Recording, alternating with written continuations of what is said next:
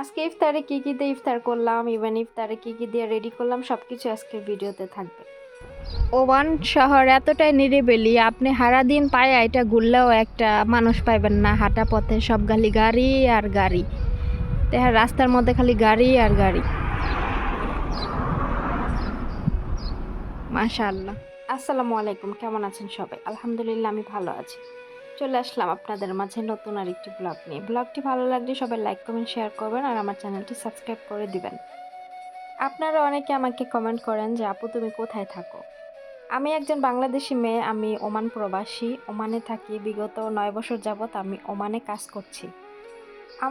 আমি যে বাসায় কাজ করি সে বাসায় আমার ম্যাডামের 3টা মেয়ে, একটা ছেলে। মেয়ে 3টা ভালো, ছেলেটা প্রতিবন্ধী। আজ থেকে 9 বছর আগে আমি যখন এই বাসাতে আসি, ওরা সবাই তখন অনেক ছোট ছোট ছিল। আর এই যে নফকে দেখতে পারতেছেন, ও তখন ছিলই না। আমি আসার 1 বছর পরে ম্যাডাম প্রেগনেন্ট হয়। প্রেগনেন্ট হওয়ার পরে নফ হয়। মূলত আমি আসার 2 বছর পরে নফ হয়।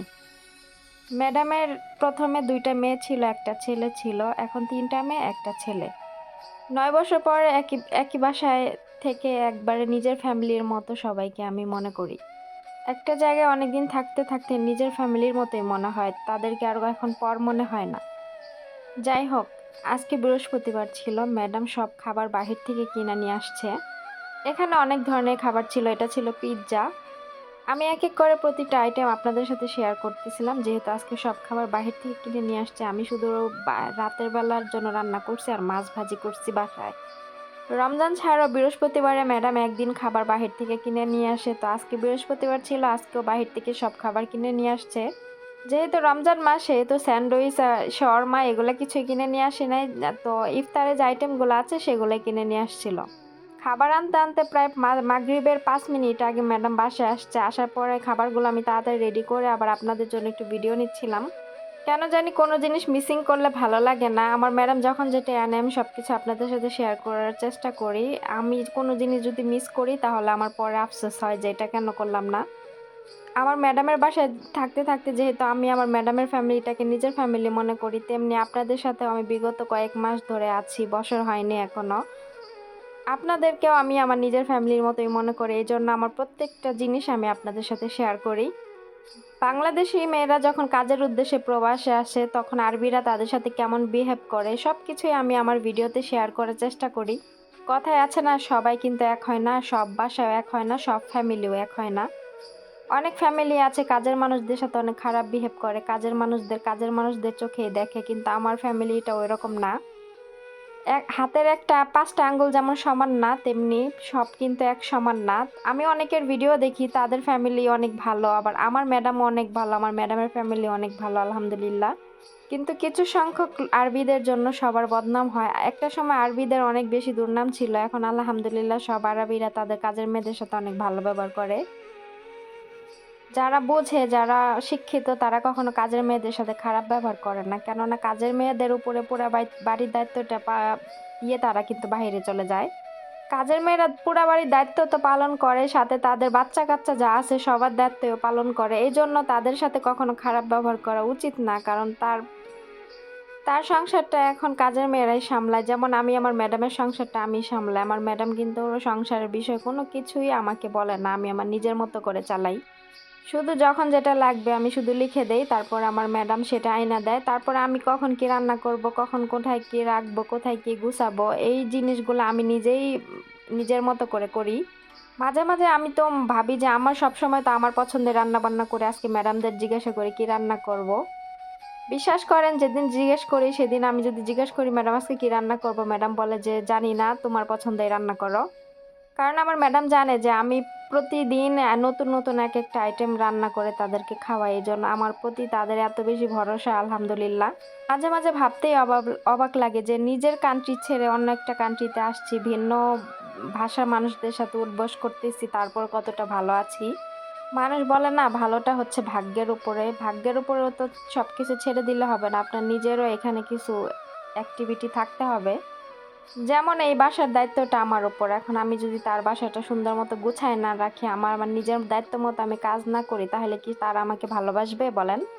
আপনি যে প্রান্তেই যান না কেন, নিজের বাবা মা, নিজের সংসারের প্রতি, নিজের স্বামীর প্রতি যেখানেই যান না কেন, যেই সংসারে যান না কেন, কাজ না করলে কোথাও কোনো দাম পাবেন না। একজন মানুষ ভালো হয় কিভাবে? তার নিজের যোগ্যতা দিয়ে, কাজ দিয়ে, ইভেন তার ভদ্র ব্যবহার দিয়ে একজন মানুষ মানুষের কাছে ভালো হতে পারে।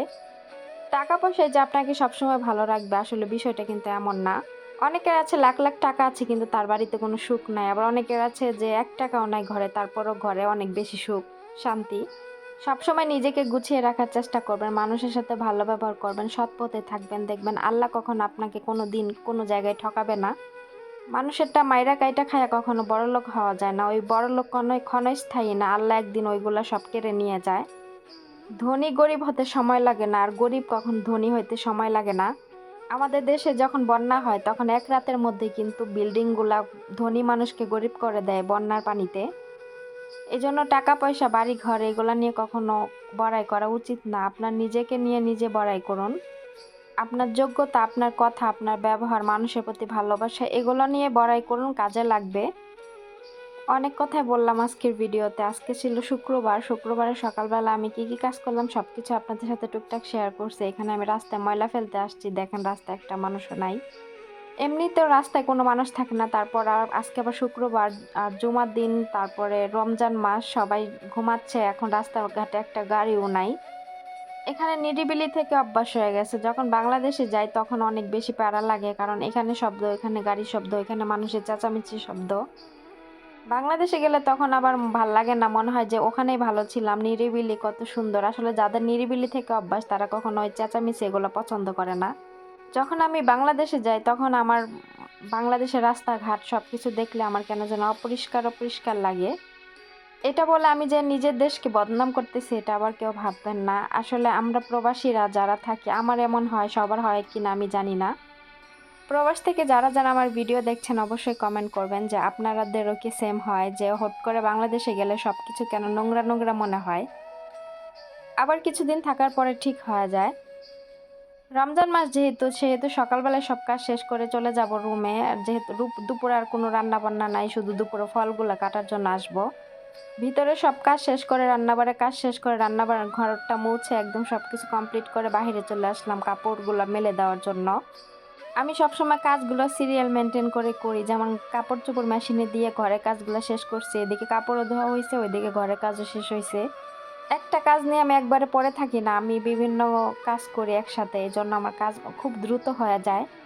বিশ্বাস করেন এই পুরা বাড়ির কাজ আমি 1 ঘন্টায় শেষ করে দিতে পারি, কিন্তু আমি একটু আস্তে আস্তেই করি, জিরায় জিরায়, যেহেতু রমজান মাসে এত প্যারা নিয়ে কাজ করে কোনো দরকার নাই।